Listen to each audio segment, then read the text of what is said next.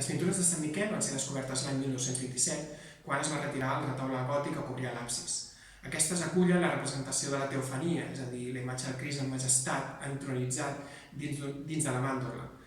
Un dels elements més singulars és la inscripció Emmanuel, que apareix en l'himne crucífer de Crist. Es tracta d'un títulus, que vol dir Déu amb nosaltres, i que va ser utilitzat per l'Església per emfatitzar la doble natura de Crist, humana i divina.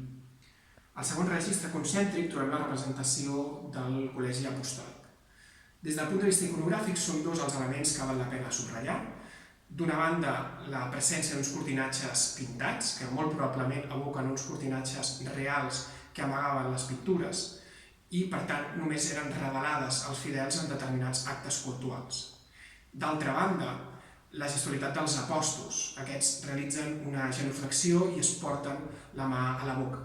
Enric Gravar va interpretar aquest gest com el silenci místic de contemplació.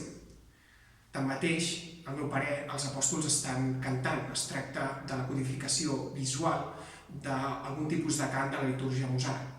De fet, a les pintures d'Elba VIII, a l'Egipte copte, trobem dos personatges amb la mateixa gestualitat identificats com a cantants de salms. Per tant, la reverberació del so a l'arquitectura de Sant Miquel, la llum reflexada als marbres i aquesta teofania revelada devien produir una especial experiència estètica i sensorial al fidel, una veritable performance litúrgica.